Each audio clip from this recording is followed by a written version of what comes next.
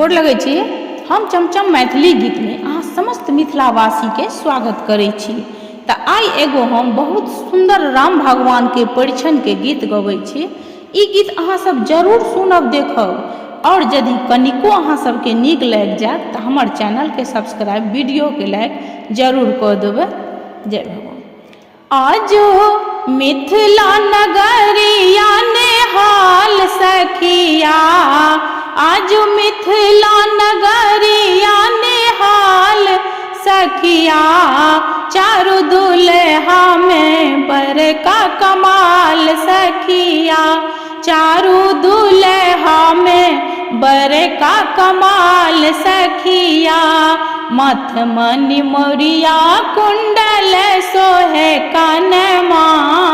मथ मणि मोरिया कुंडल सोहे कनमा,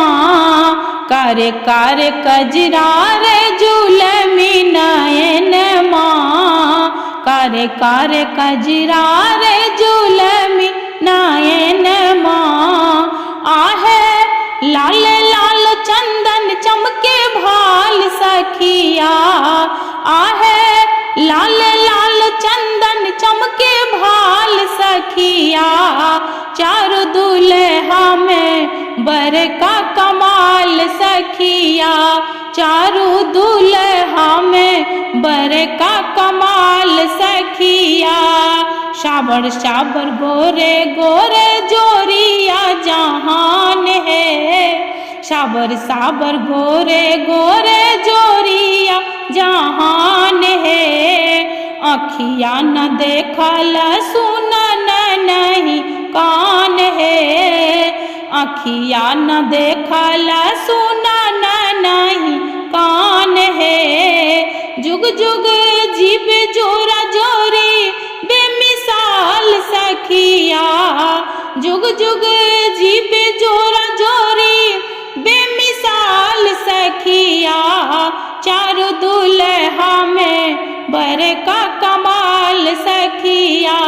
चारू दुल्हा में बड़का कमाल सखिया, आजो मिथिला नगरिया नेहाल सखिया,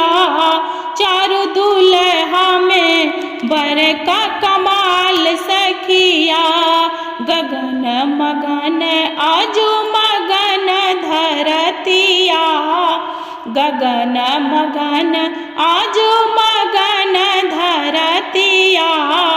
देखी देखी दुल्हा के सावरी सूरतिया,